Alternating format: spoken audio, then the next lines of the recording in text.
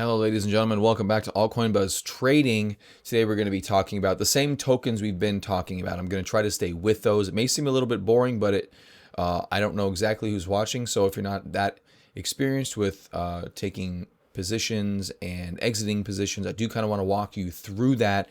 It doesn't make the most entertaining content in the world, but it's good for your trading. So are you here for entertainment or to make money? Make the sacrifice. Watch the video. Okay.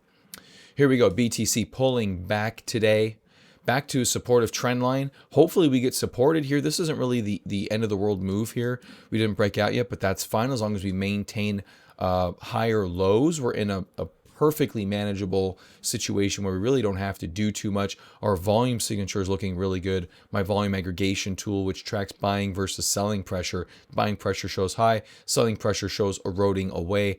And we're kind of wearing off some of this RSI, which is helpful too for RSI traders. So Bitcoin looking pretty good. This is a situation where if you wanted to, you could take a Bitcoin position and give yourself a comfortable stop, even just like a 2%, even a 3 to 4% stop, really almost anything. But ideally, we hold up. If you start to pull back and make this a bigger, choppier channel, then we will consolidate, and that will make this, that will make a channel, and then we will, however long that takes, as long as the channel doesn't break, we'll be good. Going and making a channel at this point actually isn't even the worst thing we could do, but it does obviously break our immediate bullishness. That it will do.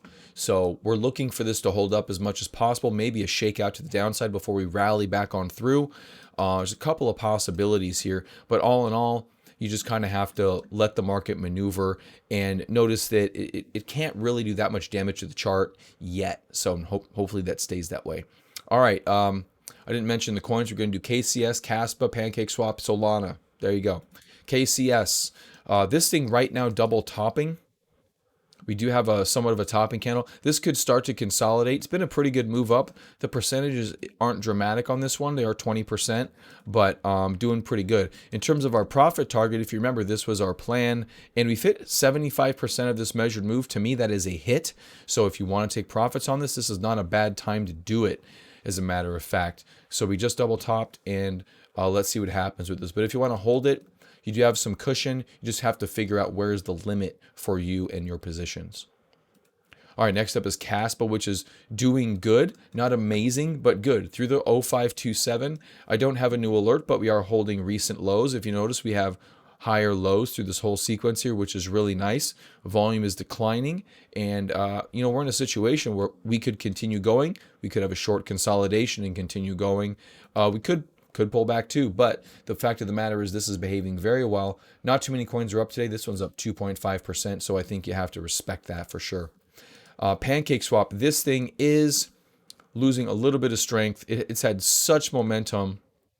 That's our target way the hell down here at 147. We're at 2.22 right now. It is moving lower a little bit, but volume is manageable, and we should get supported.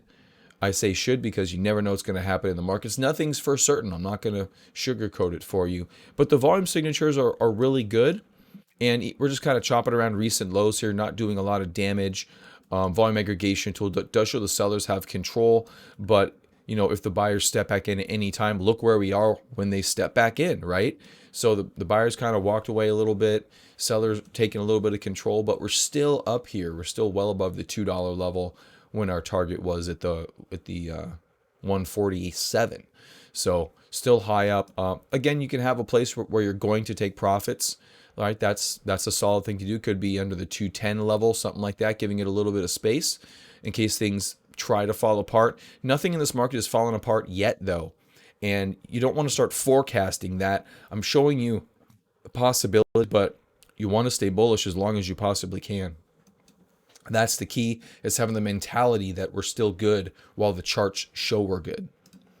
All right, Solana, speaking of which, leader is last. This is Solana. It gave us that pocket pivot yesterday. Pocket pivot is a early volume accumulation signal. We got a pocket pivot late yesterday. We have higher lows between now and even before then. So here's a low, here's a higher low, and you have a pocket pivot, which can start a run.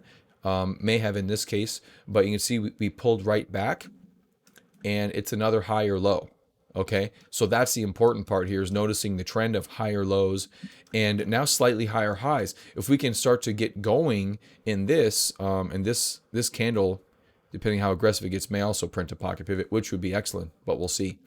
But yeah, this shores us up in this consolidation. We're kind of right in the middle of it, so we could chop around for a bit. But Solana, as a leader, is shoring up, while the market, we saw a couple things that topped out and didn't, we just saw a double top. We saw Cake pulling back, but Solana is shoring the market up.